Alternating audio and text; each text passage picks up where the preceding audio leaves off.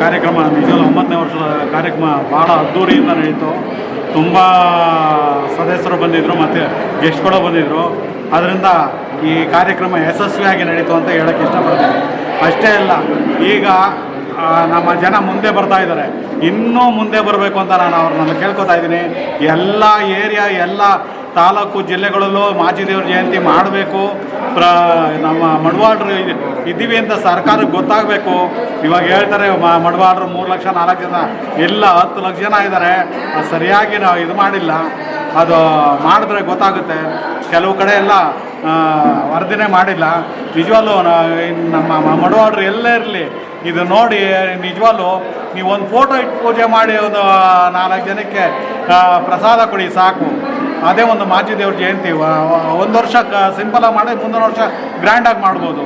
ದಯಮಾಡಿ ಎಲ್ಲ ಮಡವಾಳರು ಸೇರಿ ಈ ಜಯಂತಿನ ಯಶಸ್ವಿಗೊಳಿಸೋಕ್ಕೆ ನಮ್ಮ ಮಡವಾಳರಿಗೆಲ್ಲರಿಗೂ ನನ್ನ ಅಭಿನಂದನೆಗಳು ತಿಳಿಸ್ತಾ ಇದ್ದೀನಿ.